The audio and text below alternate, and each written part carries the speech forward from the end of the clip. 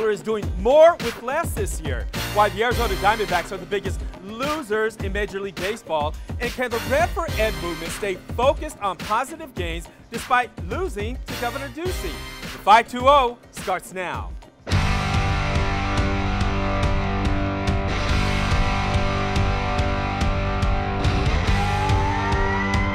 Well, welcome everybody to the 520. I'm Steve Nunez. And I'm Mitchell Weary. Are you sure it's Mitchell and not Gardner? With you know the what? mustache, you look like Washington State's quarterback. I'm insulted. My mustache is much more formidable. Gardner, miss you. Much more formidable than Gardner's. Phenomenon.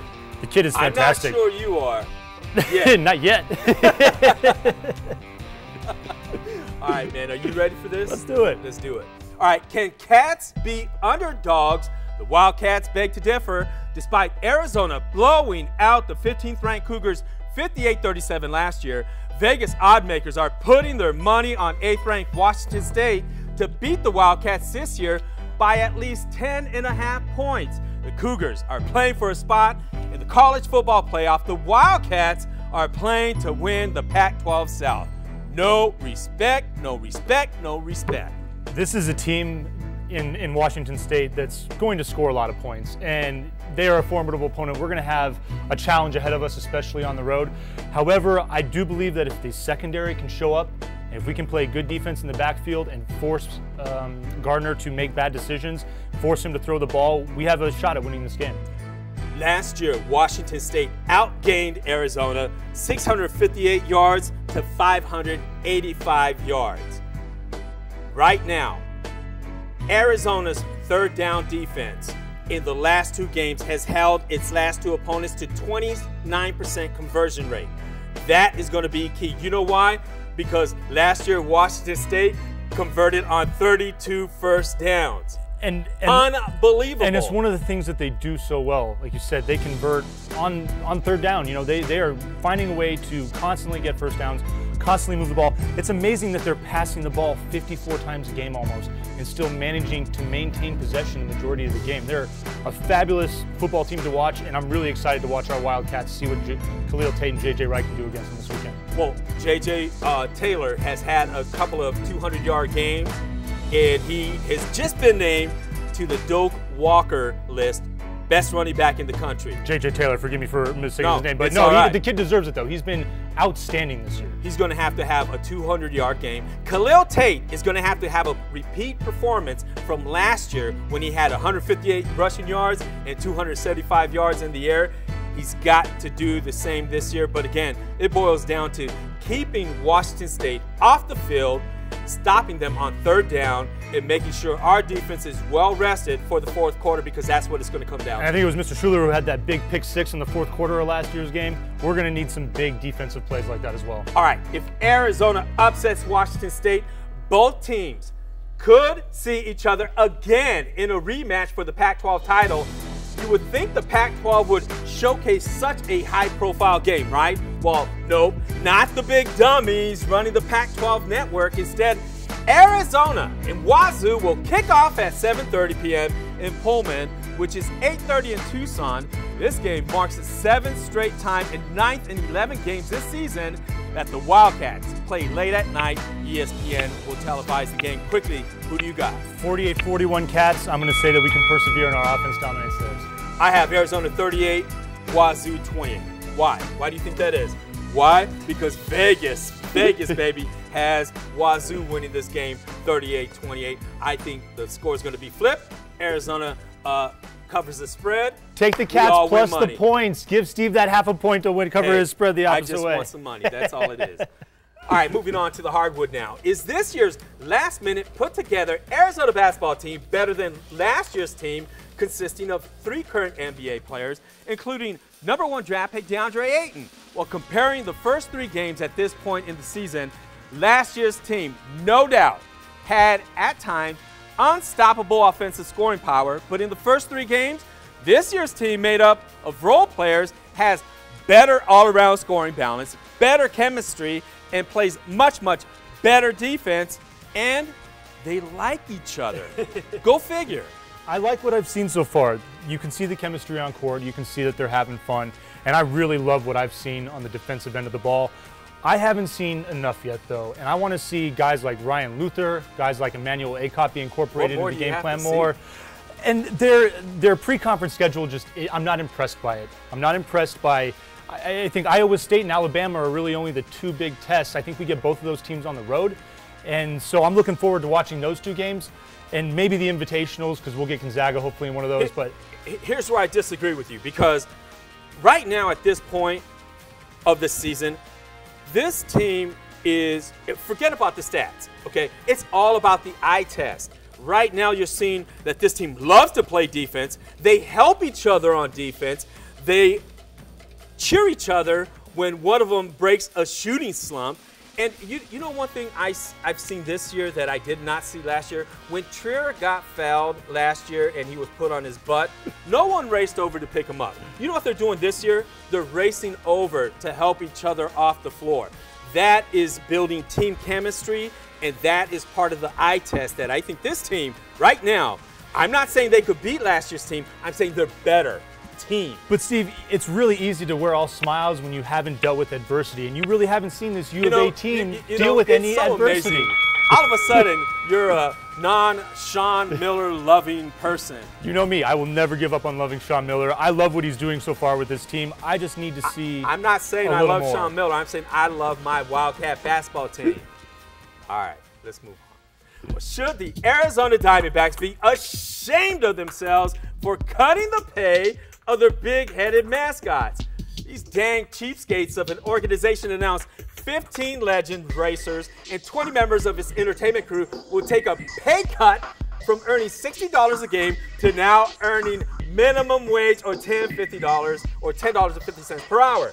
The D-backs say the cut in pay evens the playing field for all game day employees. Are you buying this crap? I am a lifelong San Diego Padres fan. There was no baseball in Arizona when I was growing up, and I've never liked this organization. They won a World Series on the shoulders of probably two of the biggest jerks in baseball, in Randy Johnson and Curt Schilling. They may as well have just had A.J. Pierzynski catching for them. Those guys made millions, and then they cut the team, and they went to hell for a couple of years. But they've gone to hell for. We're talking about entertainment employees getting a pay cut from they're nickel and diming people. I think it just lends itself to the poor management of this club. I remember being at that 16-inning game that the Padres had against the Diamondbacks over the summer. Fabulous baseball game to watch. It was on a Sunday afternoon, and I think 2/3 of the stadium was empty. I don't understand. I'll tell you why the stadium's empty. Higher ticket prices, buying a beer there is freaking expensive. I mean, it's like $13. I don't think we're ever going to get past that, but $25 for nosebleed seats just because you won a World Series almost 20 years ago is ridiculous. Bottom line, they're nickel and diming the little worker who should be getting paid a little bit more because they're having to change their life just, and their whole schedule around just to go and work a D-backs game. And whoever's behind that mask is high energy. They do a great job. They deserve to get paid. I think so. All right. Well, it's time now for Rapid Fire. I fire off a topic with a local sports connection. Mitchell fires back a rapid response. Maybe. All right. What can Kevin Sumlin say to convince South Point running back Bijan Robinson to stay home and play for the Wildcats instead of playing for, let's say, an Alabama where he can play for a national title just about every year? I mean, Come on, you're Kevin Sumlin. What do you say? The moon, a slumber party with Tom Brady. I don't know. I mean, it would be great if the kid stayed, and I would think he would be revered as a hometown hero. And maybe a car. Maybe a house. We're talking about Alabama. We're not talking about Arizona. Remember, Greg Byrne is now at Alabama. We'd expect that from Alabama. And he left Arizona in a mess. We'd expect it from him in Alabama. Right. Let's give dirt to Greg Byrne. All right. Well, Pima football accepted a bid to play its final game in the Champs Heart of Texas Bowl game against Kilgore College on December 1st. Do you think Pima regrets its decision to end its football program? You know, I think there's a bit of nostalgia, but honestly, to maintain this, you're going to have to pass the buck off to the students, and no one going to community college wants to pay to subsidize Arizona. Well, we're a major university. We're not a mandatory fee. We're not a community college. I mean, All right. With the Arizona Cardinals dropping to 2-7 on the season, should wholesale changes be made by trading players or firing coaches? Already, You know me, I like to say be patient. I think this is one of those cases where you need to be patient. Cardinals fans, take solace in the fact that you've had a pretty good run for the last decade, including a Super Bowl appearance. It's going to take some time to I get there. agree with the patient part. All right, does the Pac-12 network gain more basketball credibility by hiring ex-Wildcat and 16-year NBA veteran Richard Jefferson as a network analyst? One of my favorite Wildcats of all time. He's done so much for the school. There's a reason that his name is on the side of that new gymnasium that went up. I'm excited to watch him on TV. All right, quickly. When asked who would be the last man standing in an all-out brawl between Pac-12 football coaches, Washington State's Mike Leach picked Utah's Kyle Whittingham over ASU's Herm Edwards. Wait till after midnight when nothing good happens and I got Herm. You got Herm. I got Herm. All right, I don't. ASU, man. Nothing to do with ASU. Don't like them. All right, we're going to move on now. It is now time to jump into Do We Care? As you know, we love to tackle community issues and ask ourselves, do we care? Well, 6 days after the election, Democratic Representative Kyrsten Sinema flipped retiring Senator Jeff Flake's Senate seat by beating Republican Representative Martha McSally in the highly contentious and nasty race. Sinema is now the state's first female senator and first Democrat elected senator in Arizona in 30 years. Why do we care? You know, I care more about her being the first Democrat since Dennis DeConcini, who reputable politician, someone that I really admire, and I'm excited to have a Democrat step in and fulfill the role that a lot of people have been looking to be filled, as far as someone who's going to be an advocate for education, especially in this state. I'm excited for her to do her thing. The one reason why I care is because her victory was due to a rise in 3 voting blocks: unmarried women, people of color, and young people. 77% of Latinos voted for Sinema. 90% of blacks did the same, and 77% of Asians also voted for Sinema. But what that says is there was a growth and a rise in minorities actually showing up to the polls and casting their vote. That, my friend, is what we need across the entire country and not just Arizona. And I hope we can continue that momentum into the 2020 elections as well. All right. The town of Marana has joined the city of Tucson in a lawsuit filed against 5 companies, including 3M, that manufactured and illegally dumped toxic firefighting foam chemicals into the groundwater, which then contaminated our drinking water. Of course we care about this. Yeah, absolutely. Minneapolis-based company, and it makes me sad because I have a lot of family from Minnesota. They're facing a lawsuit out there for this as well. It's despicable. It should not be tolerated from any business. Dumping toxic chemicals into our water source. We need to take any and every source of action that we can against this. All right. This proves to me that Marana learned from Tucson's past mistakes when Tucson did not do anything about Hughes Aircraft dumping TCE into the groundwater on the south side. For 29 years, they continue to do so. You said you covered that story pretty well. Yeah. I covered the story in the late 90s and early 2000s, interviewing families on the south side who were suffering or dying from leukemia or suffering from lupus. And you know what? It's a good thing that Marana is joining in on this lawsuit to provide more power to make sure that the mistakes and sins of the past do not repeat themselves. It sadly really is just proof that business ethics in this country is an oxymoron. It's frustrating. All right, let's go quickly. One more. San Francisco-based Imperfect Produce has chosen Tucson as the site of its National Customer Care Center. Up to 350 employees will be hired over the next 5 years with an average starting salary of $15.50 per hour. I love this. I have a really good friend who actually just started working for them. He has a wife, brand new baby, 3 years old actually, but I'm happy to see that he's taking advantage of this company and what they offer. Any job that comes to Tucson and pays $5 higher than minimum wage, with benefits, give it to me. All for them. Absolutely. All right. How is it that the Red for Ed movement was able to elect a new Democrat for state superintendent, but not a new Democratic governor? Well, Democrat Kathy Hoffman won her race for Arizona Superintendent of Public Instruction by defeating Republican Frank Riggs, a charter school executive. But Governor Ducey easily defeated his Democratic challenger, ASU professor David Garcia. How is that? It really surprised me, and especially when you heard people talk about Sinema and how she was too liberal for Arizona. I heard less of that about Mr. Garcia, and I'm really quite surprised with the outcome of some of these other races that he wasn't able to even run a closer race. I mean, Ducey beat him pretty well. Ducey beat him by a landslide. Yeah. It really wasn't.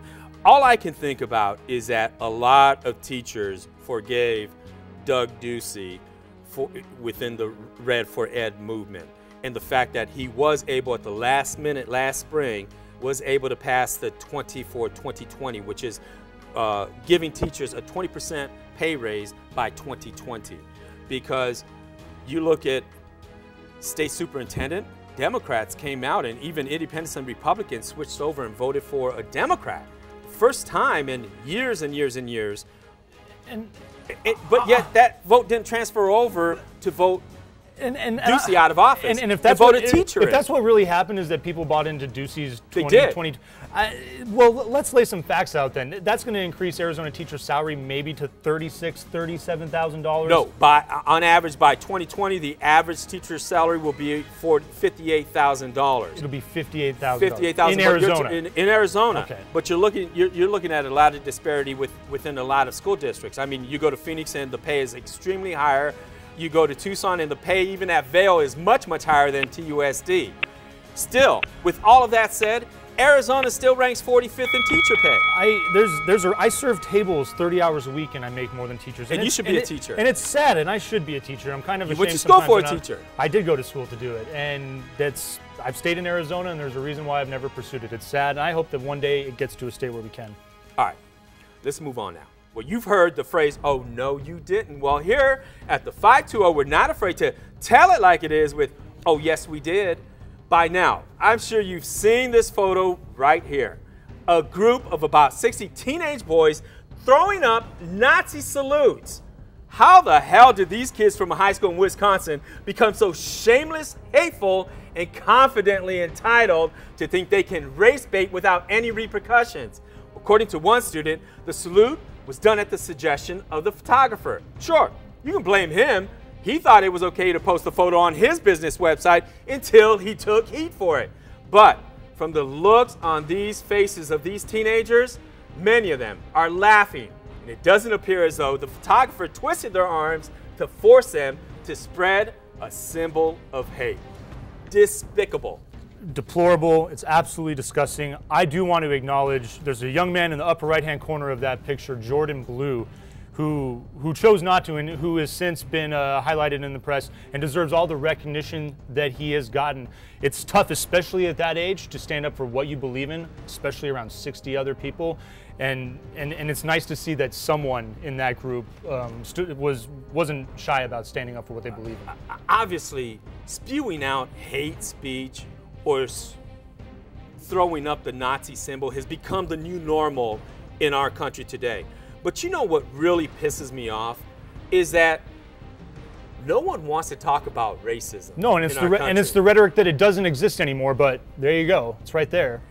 I just cannot believe that that story right there did not get the same publicity that other stories would get. Could you imagine if a group of black kids threw up the Black Panther sign, the Power Fist, in a picture that went viral?